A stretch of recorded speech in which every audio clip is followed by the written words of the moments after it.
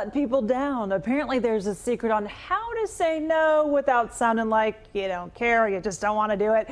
Business networking expert Ivan Misner joins us. Thank you so much for being here. Thank you. I feel like this segment's for me.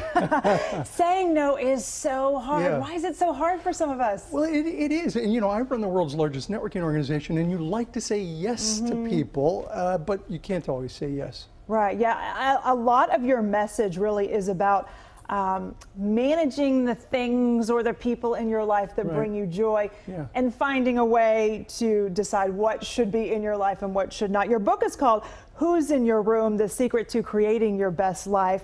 And you say that the more you say yes to things that don't excite you, the more burned out and unhappy you become. Someone once told me, say no because it would make your yeses more powerful.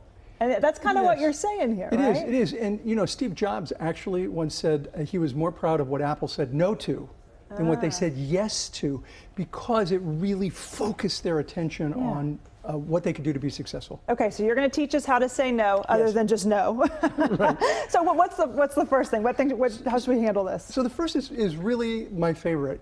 And you say it by saying, you know, if I said yes to that, I'm afraid I'd let you down. And that is a great way to say no, because you don't want to. Nice. It does, and it works because people are like, "Wow, okay, well." It sounds thoughtful. Yes. Like I understand you want to say yes, but you don't have the time. Okay, Right. I get. Okay, I like that one. You say learn the difference between an opportunity and a distraction. Yeah. So there are some things that might be an opportunity for me, and I'm pitching you on it, but the truth is it's a distraction for you. So it's really good to know your values and know your mission in life and in business. I like this one. Refer them to someone who's more qualified. So, so they're asking you, and you're saying, you know what? I've got this person who would be great for that. I'm going to pass it off to someone else, right? Well, okay, so again, I run an organization called BNI, and we are always referring people. And so sometimes I'm asked to do something, I'm not the best at that.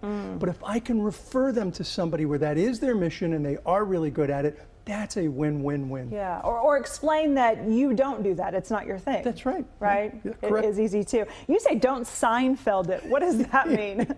I love this because you know how Seinfeld, the TV show, the characters would go off on some wild subterfuge or ruse and then come up with all these excuses why they're not going to do something. Just be honest. Don't do a ruse as to why you're not going to do it. So be direct. Be direct, be honest, but be gentle. Propose something else. Yeah, so here's an example, real life example. A woman who had a catering business and a retail store, they asked her to cater a small nonprofit event. She said she couldn't afford that. So she said, you know, I can't do that, but can I offer a gift certificate for my retail outlet? And they said, oh yeah, that would be great. And they're very happy. So it was a no with a little yes attached. Yes, a yes, it makes it a little easier for you. Yeah, exactly. I like that. One of the things you say is when you say it, mean it. Yeah, when you say it, you got to mean it. You got to stand firm. Don't let people push you around. Once you get used to saying no, sometimes you can kind of go overboard with it a little bit. Like maybe I've said no a little too much. Yeah, you can say no too much. And again, I like saying yes, but you have to have discernment.